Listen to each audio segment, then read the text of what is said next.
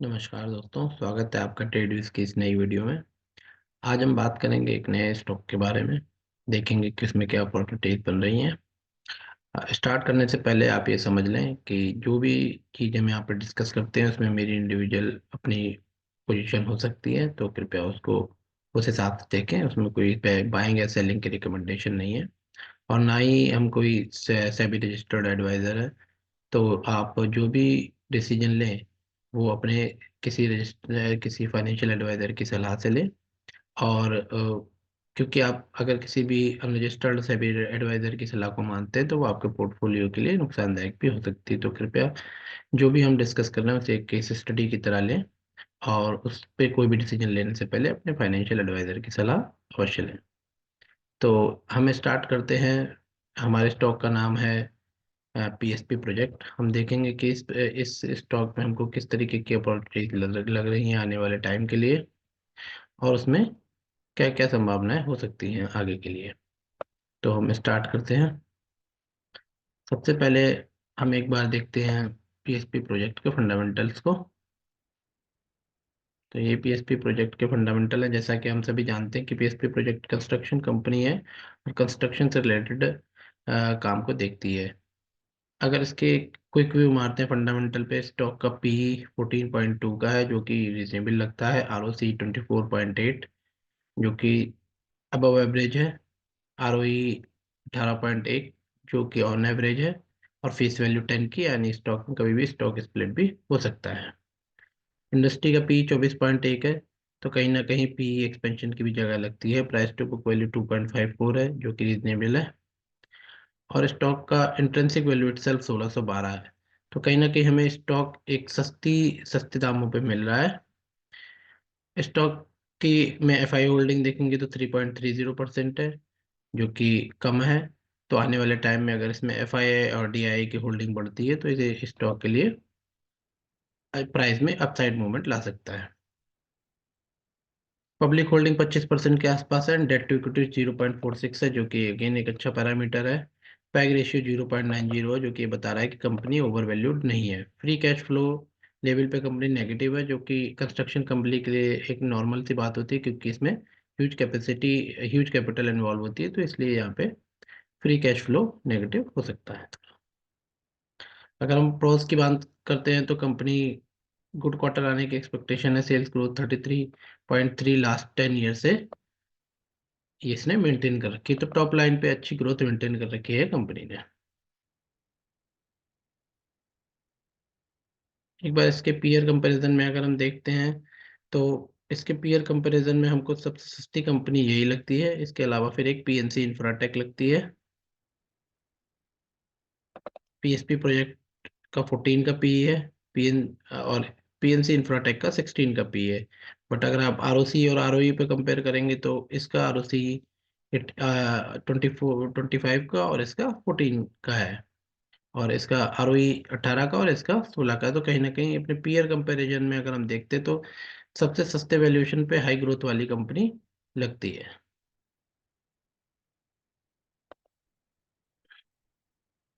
एक बार हम इसका टॉप लाइन की ग्रोथ देखते हैं तो टॉप लाइन की ग्रोथ 10 ईयर्स में 22%, 5 ईयर में 21%, 3 ईयर पे थोड़ी सी कम हुई है 9%, एंड ट्रेलिंग 12 मंथ पे फिर से कंपनी रिवाइव करने की कोशिश कर रही है। सिमिलरली बॉटम लाइन की ग्रोथ 27%, 16% एंड 3 ईयर पे इम्पैक्ट है।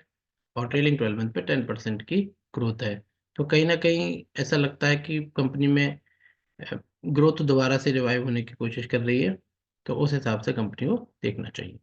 अब हम आते हैं इसके टेक्निकल एनालिसिस पे। तो अगर हम इसके टेक्निकल चार्ट पे देखते हैं तो ये ऊपर से कितनी गिरी हुई है, पहले इस चीज को देख लेते हैं।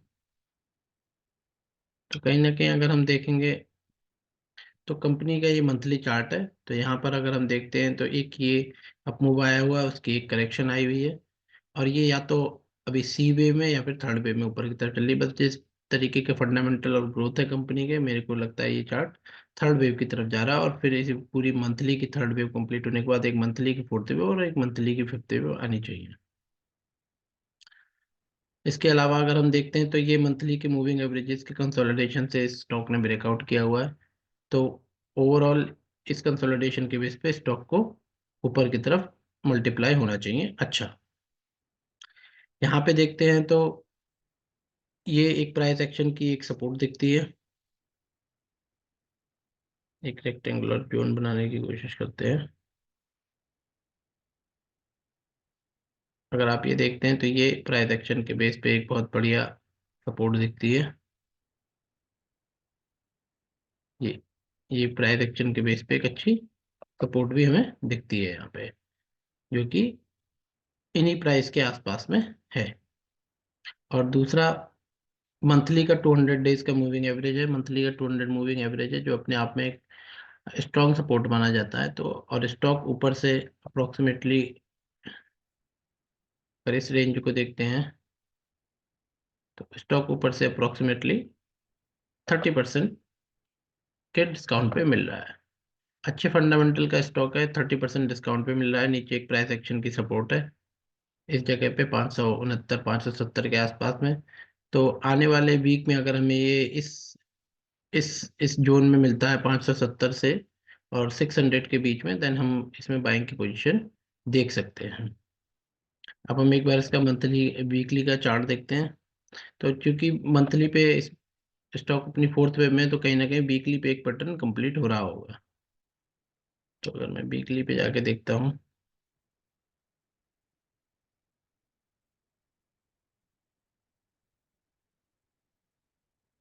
तो थोड़ा सा छोटा करते हैं।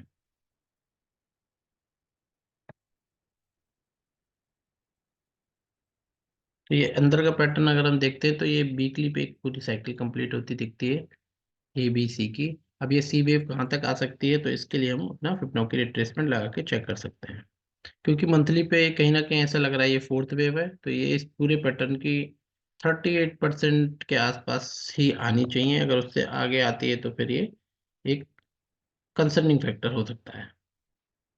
तो फिर कहीं ना कहीं ये दूसरा पैटर्न बना रही है, जो कि ऐसा भी हो सकता है कि आपकी थर्ड वेव।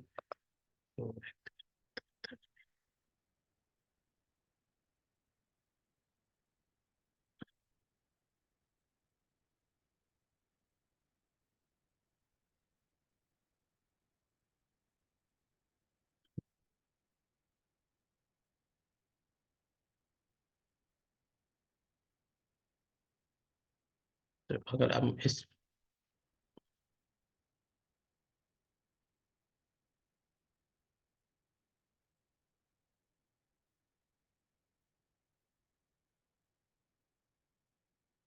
तो अगर हम इसको देखते हैं तो ये ऊपर से हमने इस पूरी वेव की अगर हम रिट्रेसमेंट मारते हैं तो ये 38% के अप्रोक्सीमेट रिट्रेस हो चुकी है। जो कि अगर मंथली की ये फोर्थ वेव है, तो इस पूरे की 38% के आसपास इसको कंप्लीट होना चाहिए। और वहाँ पे मंथली की 200 डेज की मूविंग एवरेज है, और यहाँ पर वीकली की 200 डेज की मूविंग एवरेज भी है। तो कहीं ना कहीं स्टॉक को इस जोन में अपनी करेक्शन को खत्म करना चाहिए। अगर हम सी वेव की एक्सटेंशन लगाते हैं तो वो भी हमारी इस प्राइस से इस प्राइस के बीच में कहीं आ रही। तो इस नेक्स्ट आने वाले वीक में अगर ये स्टॉक यहाँ पर कोई डेली पर कोई पैटर्न बनाता है इस रेंज के अंदर, ये 5% की रेंज है। अगर इस 5 से 7% की रेंज के अंदर डेली पर अगर कोई हमें रिवर्सल पैटर्न दिखाई देता है, तो हम इसमें अपनी पोजीशन बना सकते हैं। तो उसके लिए हमें अब इस स्टॉक के डेली चार्ट को, डेली की कैंडल को मॉनिटर करना पड़ेगा। जैसे कि अगर हम कल की कैंडल भी देखें तो यहाँ पर एक पैटर्न कल मॉर्निंग स्टार बन सकता था, बट क्योंकि इस कैंडल की क्लोजिंग डे लो पर हुई है और ये इस कैंडल के 50% से नीचे क्लोज हुई है, तो कहीं ना कहीं वो मॉर्निंग स्टार सेटअप कंप्लीट होता हुआ नहीं दिखा। तो हो सकता है वो अगले वीक में किन्हीं दो कैंडल में इस तरीके का कुछ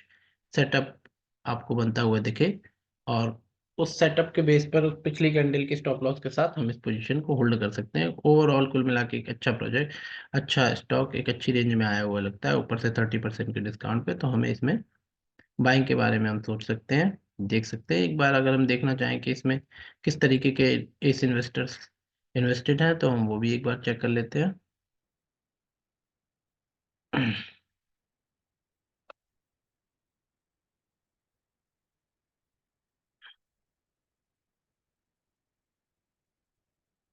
तो अगर हम यहाँ पे देखते हैं तो इसमें से Sunil Singhania associates, India capital growth fund and society general funds ने डाल रखे हैं। तो अच्छे ऐसे इन्वेस्टर्स हैं और म्यूचुअल फंड की होल्डिंग भी अच्छी लगती है। LIC ने अपने फंड्स में इन्वेस्ट कर रखा है, और बंधन ने भी। तो कुल मिला के एक अच्छा स्टॉक हमें लगता है, एक अच्छी पोजीशन पे आया हुआ है। तो हम उस हिसाब से देख सकते हैं। ऊपर से स्टॉक 30% के अप्रोक्सीमेट करेक्ट हो चुका है।